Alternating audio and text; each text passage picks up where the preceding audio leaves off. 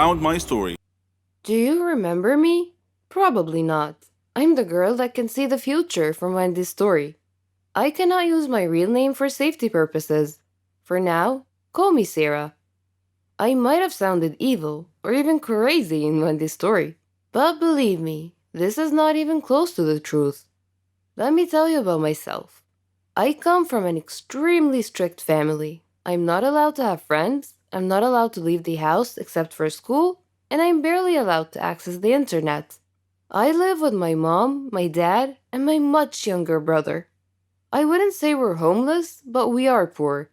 I discovered my power when I saved my mom's life one time. I was only a kid, and we were picking up my brother from daycare. Right before my mom crossed the street, I blacked out and had my very first vision. I ran out of the car and screamed for her to stop. The second she froze in her place, there was a car accident. She could have died. She cried and hugged me but never cared to ask how it happened. We're not a close family, so I never told anyone. I kept having those visions ever since. Years later, I learned how to control them. The few minutes of internet I was allowed, I always tried to look for a reason why or how I got my power. I never got an answer. I needed a distraction because I felt lost and like I did not belong. Now that I'm finally in high school, I asked my parents if I could have a part-time job after school. They never gave me any money, and to be honest, I needed some. I knew they were going to say no, but to my surprise, they agreed on one condition, that I give them half of my paycheck. I agreed. I got a job as a waitress in a local restaurant, and it was weird dealing with new people, but it was also so exciting. I quickly made a couple of friends who worked with me. I couldn't bring myself to trust them, but at least I had someone to talk to.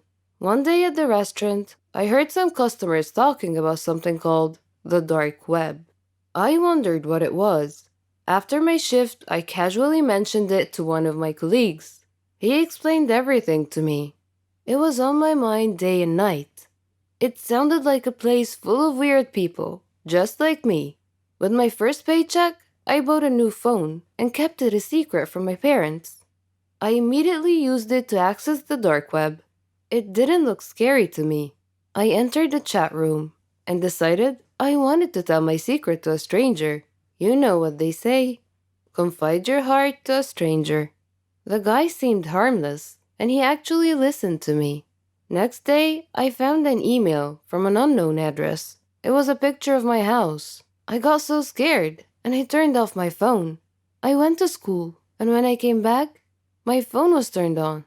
There was another email, and it read, "You're going to help us accomplish a few missions. You'll get your share of the money. Meet me at this address at 11 p.m. tonight.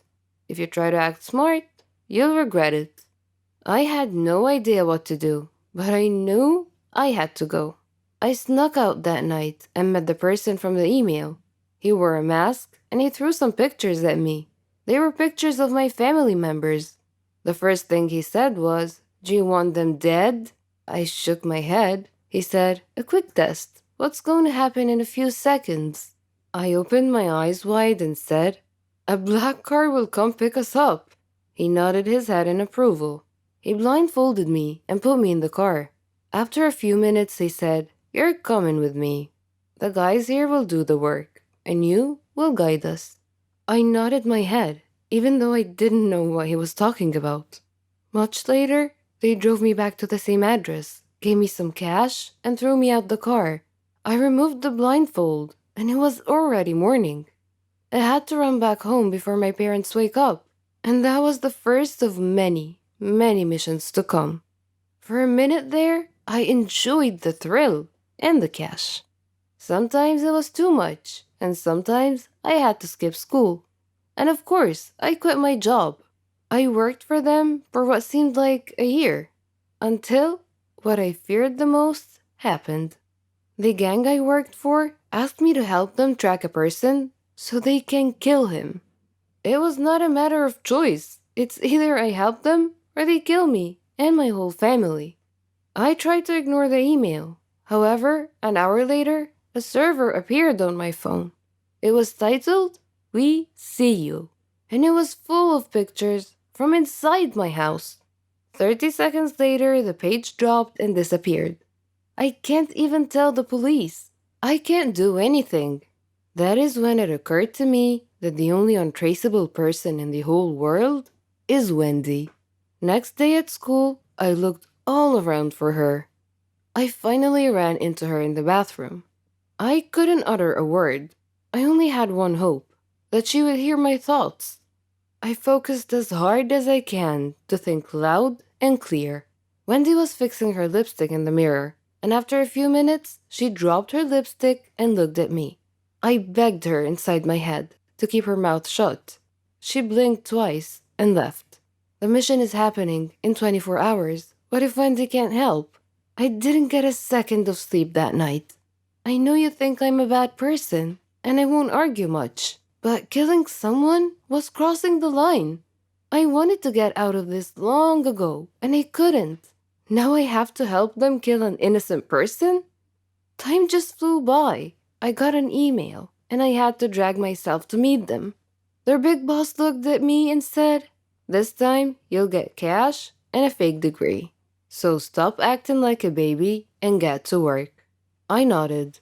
I thought about giving them wrong information, but I knew I'll get caught. A sniper was waiting for a signal for me to shoot. I was only a few feet away from the victim. I was shaking nonstop. Right before I gave the signal, I heard the police siren. I looked at the sniper and he was about to shoot. I jumped and knocked the innocent man down, but I got shot in the arm. In the blink of an eye, the gang disappeared into thin air. Police called paramedics, and to my surprise, Wendy was here. She practically saved my life. Or are they going to find me and kill me and my family? The police confiscated my phone. My wound was properly taken care of, and they called my parents. To this point, I was not interrogated yet. My parents came, and they couldn't look me in the eyes.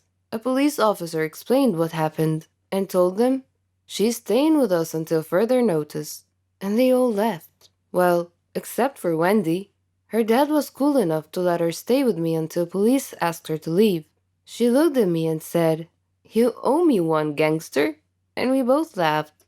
A police officer came and informed us that Wendy will have to stay here as well, for her own safety. She looked at me and whispered, "We'll have a gang of our own when all of this is over." I smiled and didn't say anything. Wendy's face got serious and she asked me, "How am I gonna explain to them what happened in details? We cannot just tell the police we have superpowers." Before I could answer, a police officer came in and took her for questioning. Now, we're both in trouble with the dark web gang and the police. Wendy came back and they took me. She whispered, "We're doomed." I thought to myself so that Wendy could hear me say, "Oh, you think we're doomed? Wait until the gang finds us, and they will." I left the room feeling scared as ever. Do you guys think we'll ever be safe again? Do you think I got Wendy in trouble? Can I ever make up for the mess I made? If you want to know what happened to us, let me know in the comment section below. Don't forget to hit like and subscribe. I don't really like Indian movies because the actors are always overreacting, and the movies are not logical at all. But this is just my personal opinion. However, I've discovered that there are stories stranger than Indian movies. Let me give you a real-life example. I'll tell you a story about a young woman named Samantha. Samantha was a beautiful girl with blonde hair and green eyes. She lived with her grandmother after her parents died in a horrible car accident. The whole country read about it. She had many friends, and all the neighbors liked her. They considered her the most beautiful girl in town. Many had proposed to her, but she didn't care much for them. One day, Samantha was walking alone down the street after visiting one of her friends. Suddenly, she had an eerie feeling that someone was following her. She began running and crying for help. Her follower began running and stopped her. He was an ugly man, pointing a knife in her direction. He asked her to hand over her purse. She threw it at him and made a run for it. The man said wait and made to stop her, but another man appeared out of nowhere and punched the thief, who fell unconscious. The brave and good Samaritan picked up Samantha's purse and handed it to her. He was very handsome, with green eyes, soft hair, and an amazing smile. He escorted her back home, and she felt that he was her knight in shining armor. She went inside and hugged her grandmother tight, who was a little surprised but smiled. Samantha was so happy that she gently pulled her grandmother to her feet, and they whirled around and danced playfully. The very next day, she was surprised when she answered the doorbell. Steve, the tall, handsome man, was standing there, holding flowers. He proposed to her, and she said yes. Thus began their love story. Then one day, Samantha was standing in the kitchen preparing dinner. Steve and her grandmother were out, but they were supposed to be back soon. Samantha had everything ready, and she set the table. The house door opened, and Steve walked in. Samantha went to greet him, but she felt dizzy and fainted. Steve quickly took her to the hospital. The doctor congratulated Steve, saying that he was going to be a father. Steve was ecstatic, but Samantha was not. Instead, she was shocked and nervous. She said that she was too young to have kids, that she wasn't ready to be a mother. Steve was taken aback and said, "But why? Don't you want him?" Things were different from that point on. Samantha tried to get an abortion several times, but Steve was always stopping her. She couldn't accept it. She blamed Steve, but Steve couldn't understand her. In her 7th month of pregnancy, Samantha was with her grandmother at the supermarket when she saw a small boy run onto the road. Fearing he might get run over by a car, Samantha quickly pulled the boy off the road to safety. The boy's mother saw what happened and thanked Samantha, feeling so grateful and relieved. Samantha was crying at the moment and replied, "No need to thank me. I'm going to be a mother like you soon." For the first time, she was beginning to feel real affection for the baby. "Forgive me," she silently thought to herself. She tried to contact Steve many times to tell him that she had finally accepted. She was ready to become a mother, but he never responded. Finally, the day had come. Samantha went to the hospital to give birth. After the surgery, she was very tired. Nevertheless, when she woke up, she immediately asked for the baby. Her grandmother handed her the child. It was a daughter, and she was so beautiful. The nurse tried to take the baby out of her arms, but Samantha refused, wanting to hold her for as long as she could. The next day, Samantha heard a big commotion, and she had a feeling of dread that something bad had just happened. It was confirmed when she saw her grandmother's face. She asked what had happened, and her grandmother told her that a child was missing and had apparently been kidnapped. Samantha's pale face slowly pleaded, "Please don't tell me that it was my daughter." When her grandmother nodded, Samantha broke down and began crying and wailing in pain. The nurses tried to calm her down, and when she did, her grandmother came over to her and handed her a note. It had been found in her missing daughter's hospital crib. It was in Steve's handwriting. It simply said, "If you don't want her, I do." Then Samantha fainted. For many years, she tried finding her baby, but couldn't. Steve and her daughter had vanished into thin air. She felt as if time had stopped for her, but Steve didn't feel that way. He raised their daughter into a beautiful young woman. He named her Margot. Whenever Margot asked about her mother, Steve would always tell her that her mother was dead, but he often told her stories about her mother and how much he had loved her. Margot's intuition, however, told her that her father wasn't being completely honest with her and that he was hiding some big dark secret. One day, Steve fell ill unexpectedly. He called Margot to him